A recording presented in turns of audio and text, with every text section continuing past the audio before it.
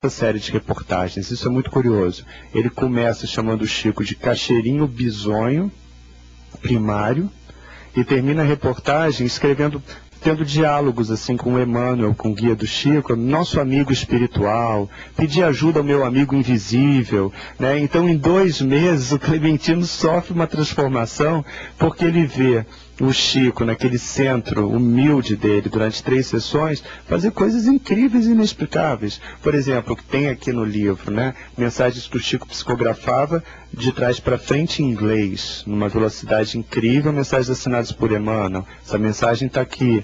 Tem, por exemplo, vários especialistas da época, juristas do Rio, biólogos de São Paulo, eles levavam perguntas absolutamente sofisticadas para o Chico responder ao vivo, em transe, durante a sessão. Chico fechava os olhos, até perguntas sobre gêmulas, que eu nem sei o que é mais, eu sabia, eu esqueci. Eu tinha visto no dicionário. Aí até perguntas sobre gêmulas, ele teve que responder, e o Chico fechava o olho e respondia. O Caixeirinho virava um especialista em direito internacional, em gêmulas, né? Então o Clementino, ele ficou transtornado mesmo, ele foi mudando. Então é uma investigação bonita que está na primeira parte do livro. Depois começa a segunda parte do livro, que eu acho que é a mais impactante mesmo, que é quando eu vou para Uberaba hoje e eu começo a investigar como estão trabalhando os médiuns psicógrafos em Uberaba hoje. E aí eu mergulho no universo que cerca o médium durante essas sessões privadas de psicografia, que é um universo de grande dor, de grande sofrimento, de muita esperança e de muito desespero também, que é o universo das famílias que lidam com perda de entes queridos e de pais e mães que lidam com a perda insuportável, a dor insuportável de perder um filho. Então eu mergulho nesse universo na segunda parte do livro, eu encontro uma mãe que se transforma na protagonista dessa segunda parte do livro, uma mãe que ela perdeu os 2 filhos. Ela perdeu o Felipe, de 16 anos, vítima do câncer, e perdeu o Daniel há 6 meses, aos 27 anos, que foi sequestrado em São Paulo. Ela sofreu essas 2 perdas. O Daniel ela perdeu meses depois de ter doado o rim para ele, né? Então eles estavam comemorando esse transplante bem sucedido. E essa mãe que eu encontro, ela recebe uma mensagem no Uberaba, eu faço a pergunta mais difícil e mais importante de ser feita quando uma mensagem chega, que é: o que existe nessa mensagem que você não contou antes para o médium ou para assessores do médium? E ela diz: nada, tudo que está aqui eu contei para o médium. E aí com essa mãe eu começo a percorrer vários outros centros de Uberaba, de São Paulo, do Rio de Janeiro, tentando encontrar uma prova da sobrevivência desses filhos, e tentando saber como eles estão nos outros planos. E essa nossa busca, essa peregrinação termina num galpão no Rio de Janeiro, diante de uma médium de 79 anos, fantástica, né? São as 30 páginas finais.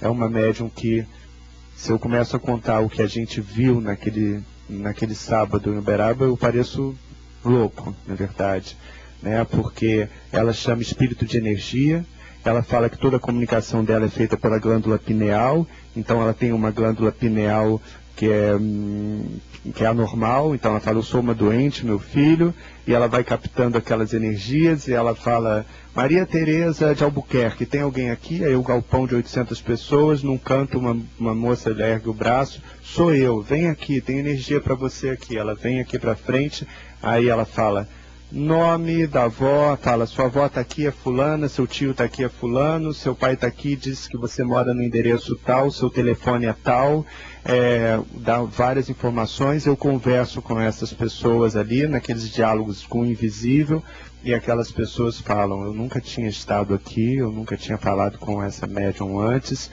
e é uma coisa que você fica absolutamente impactado com o que você vê. É uma senhora que fica de 11 da manhã até as 7 da noite, falando nomes e sobrenomes e endereços e telefones, e não erra um. E às vezes são 2.500 informações, assim, uma em cima da outra, né? Então a nossa viagem, ela termina nesse lugar, né? Então é essa busca, né? É um diário, é uma investigação sobre a psicografia, o que existe científico, o que existe fraude nisso, e é também um mergulho nesse território de dor, que é a dor de perder, e que eu foco muito nisso, que é a dor de perder um filho, né? E eu perdi minha ficha de tanto o Afonso falar que eu não queria. Ele falou que ia tirar minha ficha. Aí minha ficha some, né? Ah, que é essa? Não. Deixa eu ver aqui. Pronto, achei minha ficha. Eu pulei. Eu vou dar um breve assim, testemunho, assim, rápido, na verdade, eu vou explicar o que foi mudando em mim, né?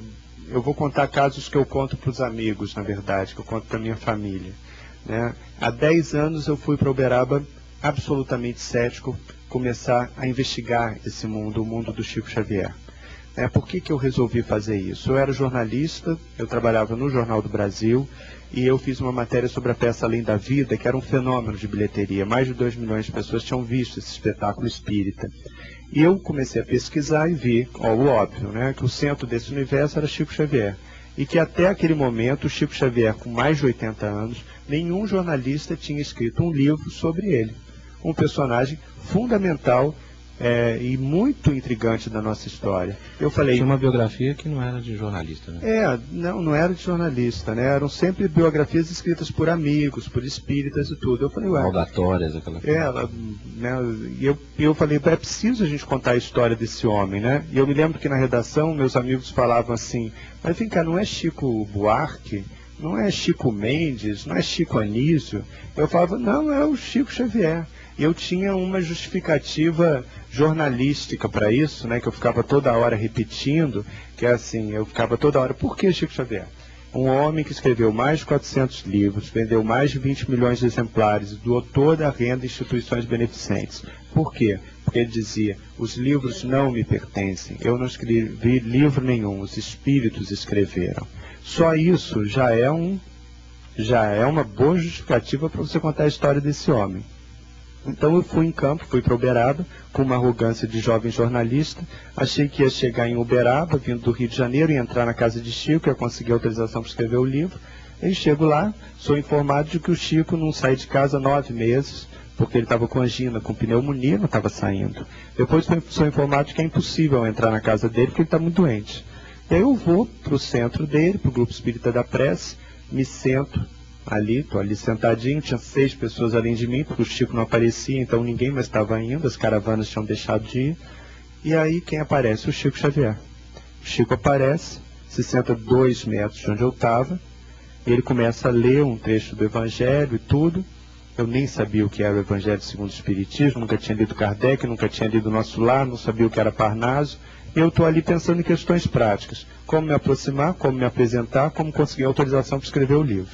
Eu estou ali sentado, começo a sentir gotas e mais gotas e mais gotas caindo na minha camisa, uma camisa branca, olho para o teto, procurando a goteira, não chovia em Uberaba, me afasto no banco, não para de gotejar, e eu demoro a acreditar realmente que o que eu estava fazendo era chorando muito, eram jorros que caíam dos meus olhos, lágrimas, sem emoção, sem consciência, sem nenhuma explicação.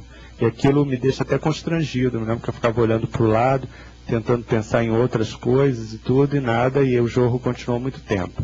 Aí depois eu me aproximo do Chico e eu conheço isso que as pessoas falam assim, que o Chico tinha uma paciência infinita, aí eu conheço uma demonstração, uma partezinha dessa paciência infinita, que é aquele repórter lá há 10 anos, cético, se aproxima sem nenhum cuidado do Chico, eu falo assim, oi Chico, eu sou um repórter lá do Rio de Janeiro, do Jornal do Brasil, queria sua autorização para escrever a sua biografia. Ele me olha assim para mim e fala assim, só Deus é que autoriza. Aí eu olho para ele, já estava saindo, eu falei, e Deus autoriza? Aí ele olha para mim, né? Aí a paciência.